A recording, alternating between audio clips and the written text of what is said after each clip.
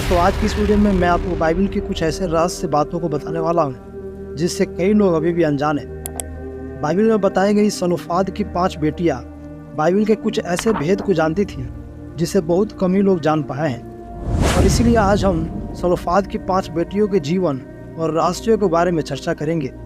पूरी जानकारी के लिए वीडियो को अंत तक जरूर देखें। आइए वीडियो में आगे बढ़ते हैं।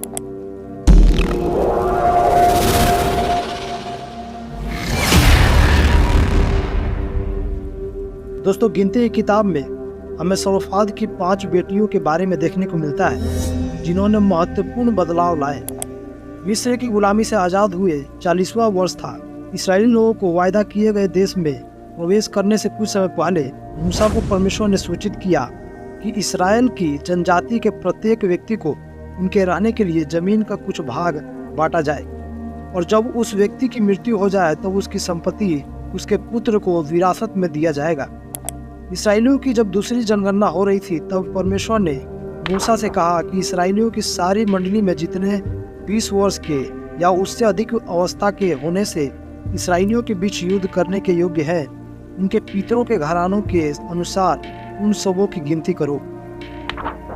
और जब जनगणना होने लगी तब गिनती में पता चलता है कि सलोफाद के बेटे नहीं थे, केवल 5 बेटियां थी।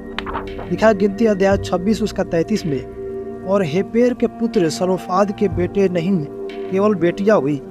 इन बेटियों के नाम महला, नोआ, होगला, मिल्का और तिरसा है। सलोफाद उन लोगों में से था जो मिस्र देश छोड़कर मूसा के नेतृत्व में वायदा किए गए देश की ओर जा रहे थे। सलोफाद के रेगिस्तान में मृत्यु होने के बाद उसकी बेटियों को चिंता हो रही थी कि वे अपने पिता के संपत्ति और जमीन के हिस्से का हकदार नहीं हो सकती थी, क्योंकि उस समय में महिलाओं को अपने पिता का स्थान लेने का आज़ादी नहीं था। इसीलिए इन्होंने मूसा के नबी से सहायता मांगी। सलोफाद की 5 बेटियां मूसा और सारी मंडली के सामने मिलाप वाले तंबू के द्वार पर खड़ी होकर अपने पिता के जमीन में से अपने लिए हक मांगने लगी।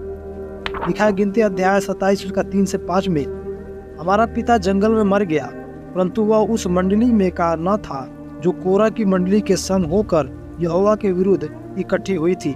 वह अपने ही पाप के कारण मरा और उसके कोई पुत्र न था, तो हमारे पिता का नाम उसके कुल में से पुत्र न होने के कारण क्यों मिट जाए। हमारे चाचाओं के बीच हमें भी कुछ भूमि निज भाग करके दे। उनकी यह विनती मूसा ने यहोवा को सुनाई। यहाँ पर हम देखते हैं कि सलोफाद की 5 बेटियों ने, जिनका नाम था महला, नोआ, होल्गा, मिल्का और तिरसा, अपने पिता के मृत्यु के बाद उसके जमीन में से अपने लिए हिस्सा मांगने लगी, क्योंकि उस समय पिता के संपत्ति में सिर्फ उसके पुत्रों को ही हक मिलता था। उस समय महिलाओं को जमीन के हिस्से में हक के लिए कोई नियम नहीं बना था, और इसीलिए जब मूसा ने उसकी बात सुनी वह खुद भी उसका न्याय नहीं कर पाया, और मूसा ने इसके बारे में परमेश्वर से बात की। यहाँ हम मूसा की बुद्धिमानी को भी देखते हैं, क्योंकि अगर मूसा ऐसा अगुआ होता जो परमेश्वर की सम्मति नहीं लेता तो वह आसानी से सलोफाद की 5 बेटियों को बिना उनका हक दिलाए भेज देता, परंतु मूसा ने ऐसा नहीं किया, क्योंकि वह एक धर्मी और सच्चा हृदय वाला अगुआ था।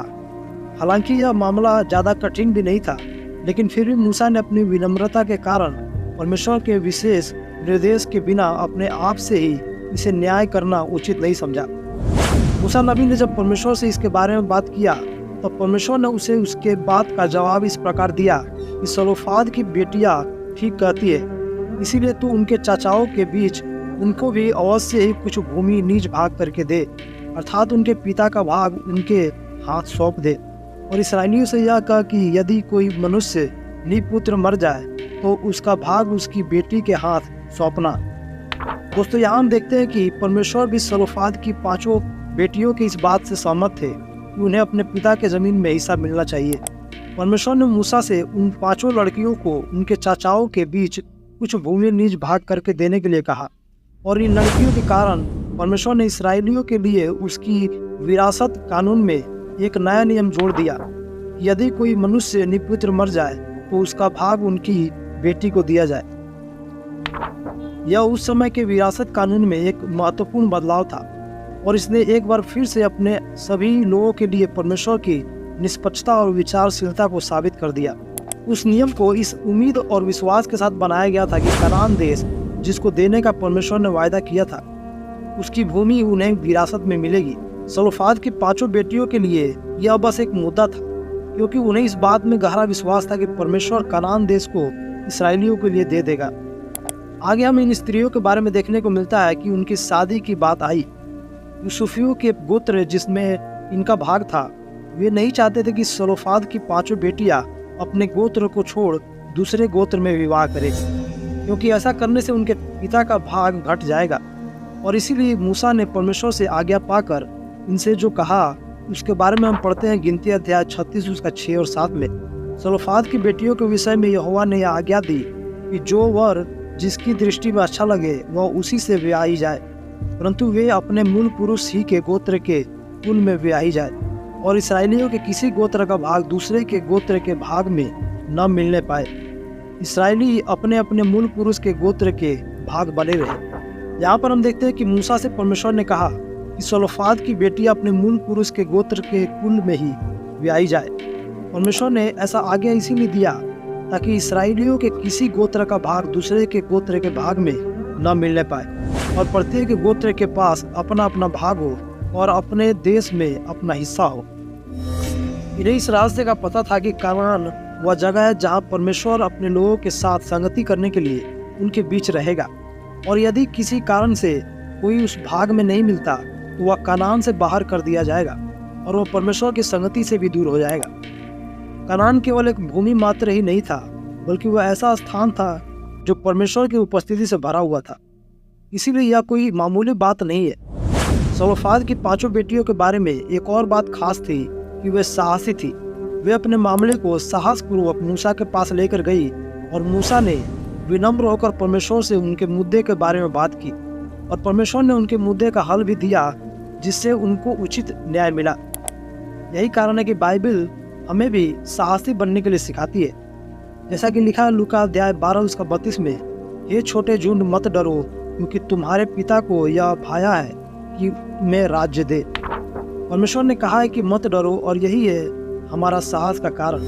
जिस प्रकार से सलोफाद की 5 बेटियों ने साहस दिखाया और मूसा से अपने हक की बात की, और परमेश्वर द्वारा अपने साहस के कारण अपने हक को पाई भी, आज हमें भी इनसे सीखना चाहिए कि साहसी बने और अपने जीवन में आने वाले सभी परिस्थितियों का सामना करने के लिए तैयार रहे। क्योंकि अगर हम साहसी नहीं रहेंगे तो दुष्ट शैतान हमारे जीवन में चिंता, समस्या और डर को भर देगा, और हमें परमेश्वर के विश्वास से और उसकी उपस्थिति से दूर कर देगा। इसीलिए साहसी बने और परमेश्वर की उपस्थिति में बने रहे। आशा करता हूँ आज की इस वीडियो से आपको कुछ सीखने को मिला होगा। वीडियो को लाइक करें, अपने विचार हमें कमेंट करके जरूर बताएं, और चैनल को सब्सक्राइब करना नहीं भूलें। और फिर मिलते हैं अगले वीडियो में। तब तक के लिए धन्यवाद। जय मसीह की।